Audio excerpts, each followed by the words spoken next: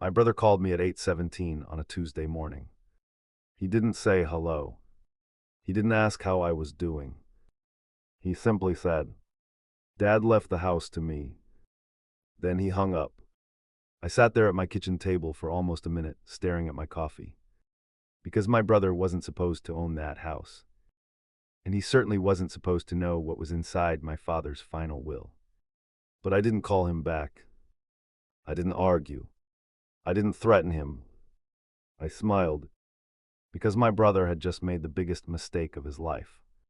And he had no idea that I already knew. My name is Daniel. I'm 57 years old, and until recently I thought my relationship with my younger brother, Michael, was complicated but normal. We grew up in a small town in Ohio. Our father, Robert, owned a modest construction company. Nothing glamorous. No private jets. No mansion. Just a successful family business, a few rental properties, and the old farmhouse where we grew up. Dad worked 6 days a week for most of his life. He was the kind of man who repaired things instead of replacing them. When our washing machine broke, he fixed it. When the roof leaked, he climbed up there himself. And when Mom died, he never really recovered. Michael was always Dad's favorite. At least that's how it felt to me. Michael was charming. He could walk into a room and make everyone like him within 5 minutes. I was different. Quiet, careful. I stayed close to home and eventually started working with Dad. Michael left town at 22. He tried several businesses. Some worked. Most didn't. But whenever he needed money, Dad helped him. I never complained. At least not out loud. Then 3 years before Dad died, something changed. He started becoming suspicious of Michael. One evening while we were sitting on the back porch, Dad said something I'll never forget. He looked at me and said, "Your brother thinks money disappears when you spend it." I laughed. Dad didn't. Then he added, "One day he's going to learn that money also disappears when you trust the wrong person." I didn't understand what he meant. Not then. Dad died in November. The funeral was small. A few relatives. Some old friends. People from the construction company. Michael arrived 2 hours late.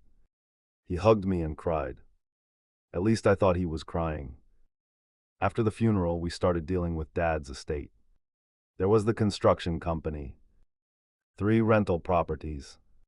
His savings. In the farmhouse. The farmhouse was worth more than I expected. Around $600,000. Michael wanted it immediately. He told me he had plans to renovate it and sell it. I told him Dad had always said he wanted the house to stay in the family. Michael shrugged. Then he said, "Dad said a lot of things." That sentence bothered me, but I let it go. A week later, I met with Dad's attorney. His name was Harold Bennett. He had represented Dad for almost 30 years. Harold looked exhausted when I walked into his office. He poured himself coffee. Then he said, "Daniel, there's something you need to know." I thought it was about the will. It wasn't. He told me that Dad had changed his will 6 months before he died. The new version hadn't been filed with the rest of the estate documents. I asked why. Harold said, "Your father specifically instructed me not to discuss it until I received confirmation from the bank." That made no sense. What bank? Harold looked at me. Then he slid an envelope across his desk. It had my father's handwriting on it. My name was written across the front. I didn't open it. Not yet. Instead, I asked, "Does Michael know about this?" Harold shook his head. "No." Then my phone rang. It was Michael. I answered. He sounded unusually confident. He said, "Daniel, Dad left the house to me." That's when I realized something. Michael had somehow seen part of the old will. And he thought that was the whole story. 2 days later, Michael arrived at my house. He brought paperwork. He put it on my kitchen table and told me to sign. I read it carefully. It was a document acknowledging that he would receive the farmhouse. I asked, "Where did you get this?" He said, "From Dad's files." I looked at him. "Which files?" He became irritated. Then he said, "Why are you making this difficult?" I wasn't. I was just curious, because I already knew something he didn't. I had called Harold that morning. He told me not to sign anything, so I didn't. Michael became angry. He accused me of trying to steal Dad's property. He said I was jealous. He said Dad had always trusted him more. Then he stood up and said, "You're going to regret this." I watched him leave. And for the first time in my life, I realized my brother wasn't fighting over Dad's house. He was fighting for something he desperately believed was hidden inside it. Days later, Michael called again. This time he sounded happy. He told me he had completed the paperwork.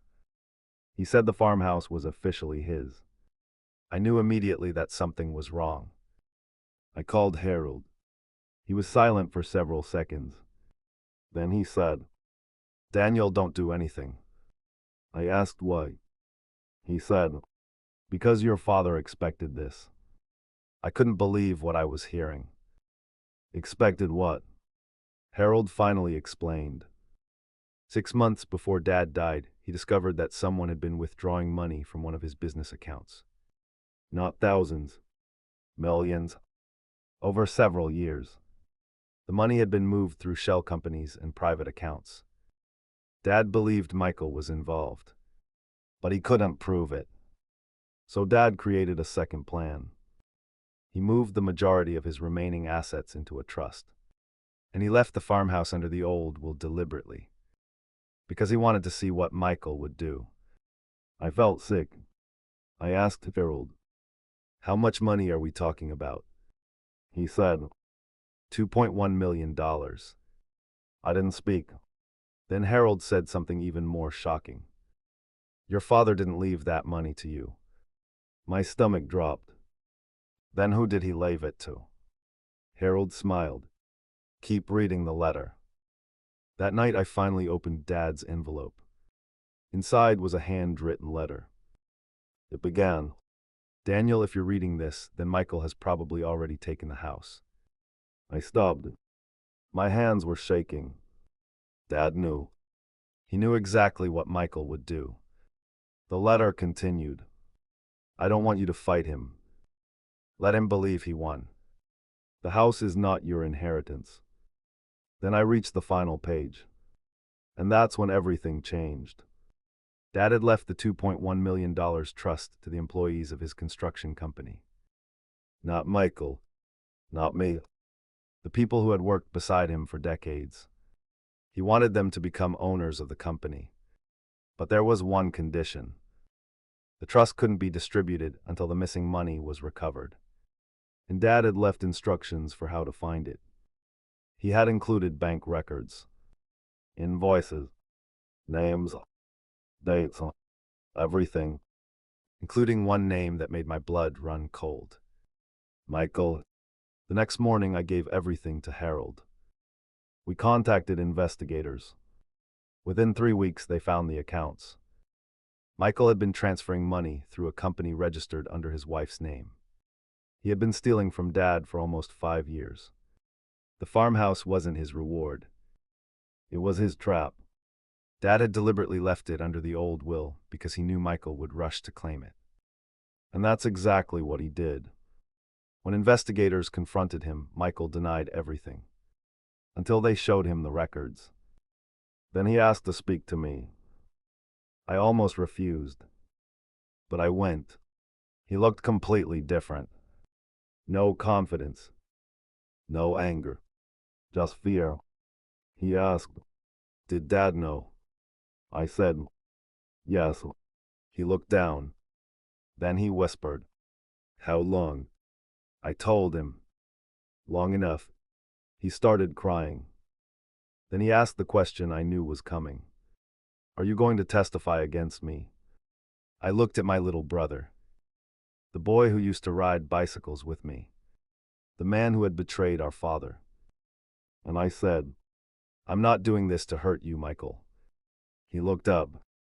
I continued.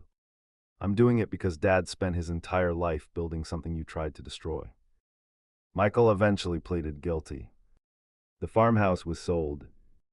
The money went into the trust. And Dad's employees became partners in the company. But there was one thing I never told Michael. The letter contained one final instruction. Dad had written, Daniel, don't give your brother the satisfaction of knowing you were afraid of him. Then beneath it he wrote, and if he ever asks whether I forgave him. There was a long pause. Then, tell him I did. That sentence broke me. Because my father wasn't angry. He was disappointed. And somehow that was worse. Today, the company is still operating. Some of Dad's old employees now own part of it. I still have the letter. And every once in a while, I drive past the farmhouse. Michael lost the house. He lost the money. He lost the company. But the strangest part is this. For months, I thought Dad had left me nothing. I was wrong. He left me the truth. And sometimes the truth is worth more than an inheritance. Because the people who think they've won don't always realize the game was never about the prize. If you were Daniel, would you have exposed your own brother or kept your father's secret? Tell me what you would have done in the comments.